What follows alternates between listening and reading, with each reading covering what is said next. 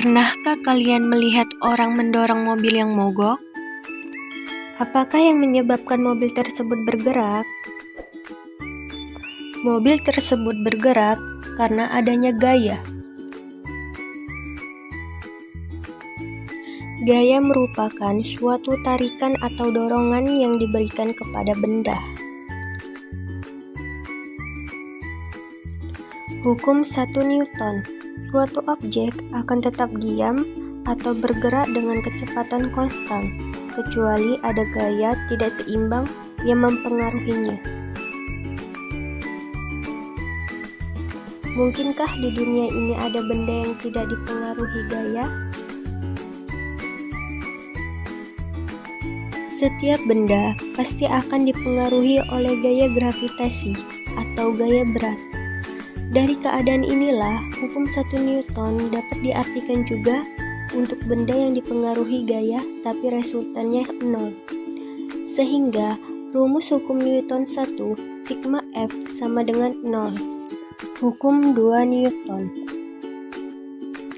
Kita sudah belajar bagaimana keadaan benda jika tidak dipengaruhi gaya atau resultannya 0.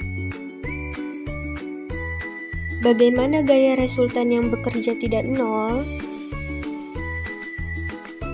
Keadaan inilah yang dijelaskan pada hukum 2 Newton. Terlebih dahulu kita pelajari percepatan benda, massa, dan gaya yang mempengaruhi. Ketika kita mengamati peristiwa ini, kita akan mengetahui bahwa mobil akan bergerak lebih cepat jika didorong lebih dari satu orang.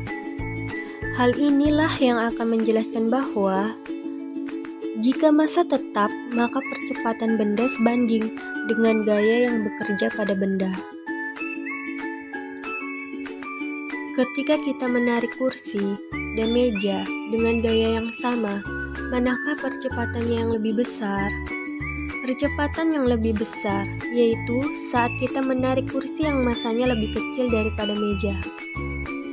Sehingga membuktikan percepatan benda berbanding terbalik dengan massa. Dengan rumus hukum Newton yang kedua yaitu sigma F sama dengan M kali A, di mana sigma F yaitu gaya, M yaitu massa, dan A yaitu percepatan.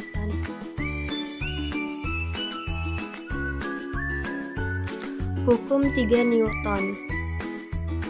Pada roket menimbulkan gas keluar, maka pada gas itu akan memberikan gaya reaksi sehingga dapat mendorong roket dan menyebabkan roket bergerak.